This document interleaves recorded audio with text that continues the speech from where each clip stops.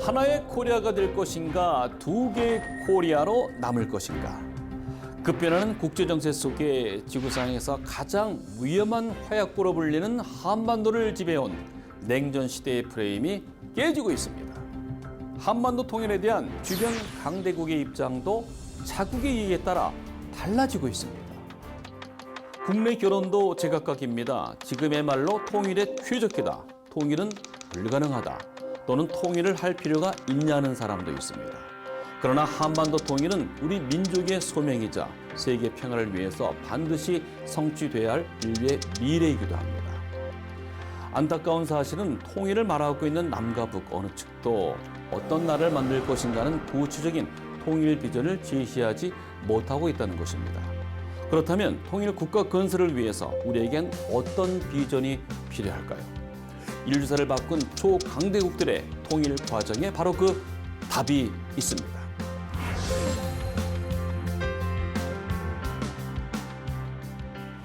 천재적인 군사 전략가, 위대한 정복자, 그는 바로 징기스칸인데요. 13세기 몽골의 징기스칸은 10만 명도 안 되는 기병대로 세계를 굴복시킨 무적의 정복자였습니다. 그는 알렉산더 대왕과 로마 제국이 이룬 것보다 더 광대한 제국을 단시간에 건설했죠. 동쪽으로는 한반도, 서쪽으로는 폴란드까지 제국의 영향력을 미쳤습니다. 징기스칸은 분명 뛰어난 군사 전략가이자 무시무시한 정복자였습니다. 하지만 이런 것들만으로는 불가사의한 그의 성공을 설명할 수 없습니다. 척박한 초원지대에 흩어져 살았던 유목민들에게 전쟁은 일상이었고, 또 부족 간의 반목과 분열은 폭력의 악순환을 낳았습니다. 하지만 징기스칸은 오히려 현실을 뛰어넘는 꿈을 쫓습니다. 한 하늘 아래 하나 된 세계. 이 징기스칸의 이 꿈은 친족만을 보호하고 경쟁자는 무너뜨리는 부족장이 아니라 몽골 부족을 하나로 통합해서 수백 년간 피로 얼룩진 분열의 역사를 끝내고야 말겠다는 통일의 비전이었습니다. 그는 또 한 사람이 꿈을 꾸면 단지 꿈에 지나지 않지만 모두가 함께 꾸면 그것은 현실이 된다고도 말했죠. 이것이 바로 그의 성공 비결입니다.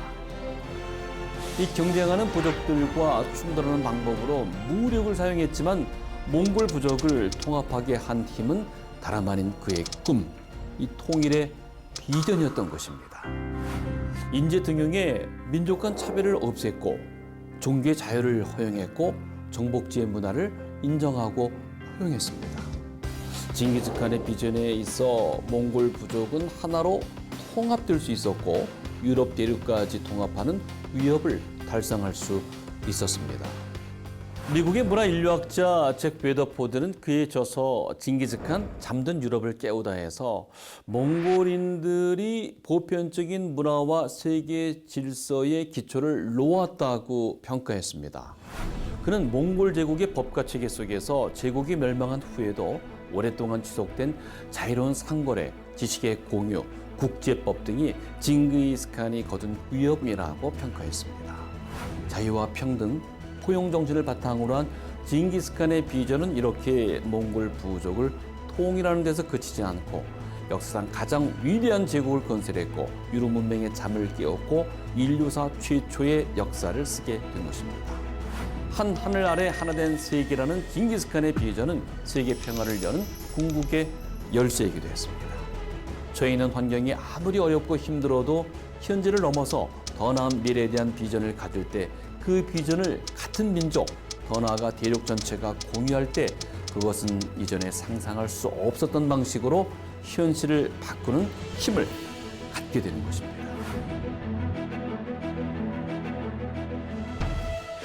이 서양에서도 비전의 위대함을 보여주는 예가 있습니다. 바로 미국입니다. 근대의 세계의 문을 연 아메리칸 드림의 나라이죠. 하지만 200년 전만 해도 미국은 대부분의 땅이 미개발 상태였고요. 그나마도 독립 이전의 13개 주는 모두 영국의 식량을 공급하는 농경 식민지였습니다. 세계 질서가 유럽을 중심으로 돌아가고 있을 때 미국은 가난하고 보잘것없는 변방 국가에 지나지 않았던 것입니다. 그렇다면 미국은 어떻게 오늘날처럼 부유하고 강력한 나라가 될 수 있었을까요? 그 답은 건국의 기틀이 되었던 원칙과 가치에 있습니다. 13개조 식민지 주민들이 영국으로부터 독립을 쟁취하고자 뭉치게 된 배경에는 식민지 주민에 대한 차별 정책들과 무겁게 부과가 되는 세금이 있었습니다. 급기야 영국군과 식민지 민병대에 계속된 교전은 정세를 더욱 악화시키죠. 미국 독립을 주장하는 토머스 페인의 책 상식이 베스트셀러가 되면서 미국인들의 독립론은 최고조에 달하게 됩니다. 그리고 1776년 7월 4일 미국과 세계사의 운명을 바꾼 역사적인 사건이 일어납니다. 식민지 13개 주 대표들이 모여서 미국의 독립을 선포하고 새로운 국가 이념을 제시한 겁니다. 모든 인간은 기본적인 자유와 권리를 국가나 군주가 아닌 신으로부터 직접 부여받았다고 주장하는 미국 독립선언서는 절대 군주의 절대 권력에 대한 정면 도전이었습니다. 당시 영국 등 유럽은 절대 군주의 힘이 매우 강했고요. 또 신분 제도도 매우 엄격하게 유지되고 있어서 더욱 혁명적이었습니다. 이 창조주가 인간에게 직접 부여한 권리를 보장하는 나라를 만들겠다는 독립선언서의 건국 정신은 비전이 되었습니다.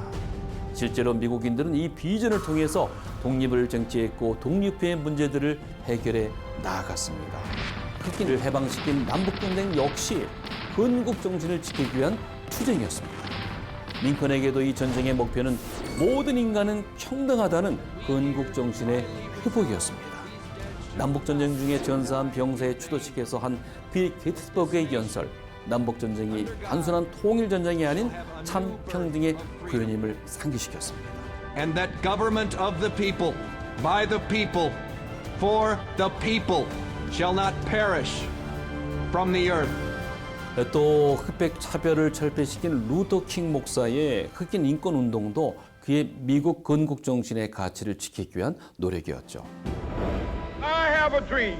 My 4 little children will one day live in a nation where they will not be judged by the color of their skin, but by the content of their character. I have a dream today. 한 흑인 여성이 버스에서 백인 전용 좌석을 백인 남성에게 양보하지 않았다는 이유로 경찰에 체포당하면서 촉발됐던 그 몽고메리 버스의 보이콧 운동을 주도한 마틴 루터킹 목사. 그는 미국 연방 최고 재판소에서 버스 내 인종분리법의 위헌 판결을 얻어내기도 했습니다. 평등하고 자유로운 국가를 건설하겠다는 건국의 비전은 오늘날에도 살아있는 철학으로 미국인의 삶 곳곳에 남아 있습니다. 미국에 새롭게 정착하는 이민자들에겐 새로운 인생관이자 열정의 원천이죠. 국가적 위기 땐 미국의 발전을 이끄는 원동력이 됩니다.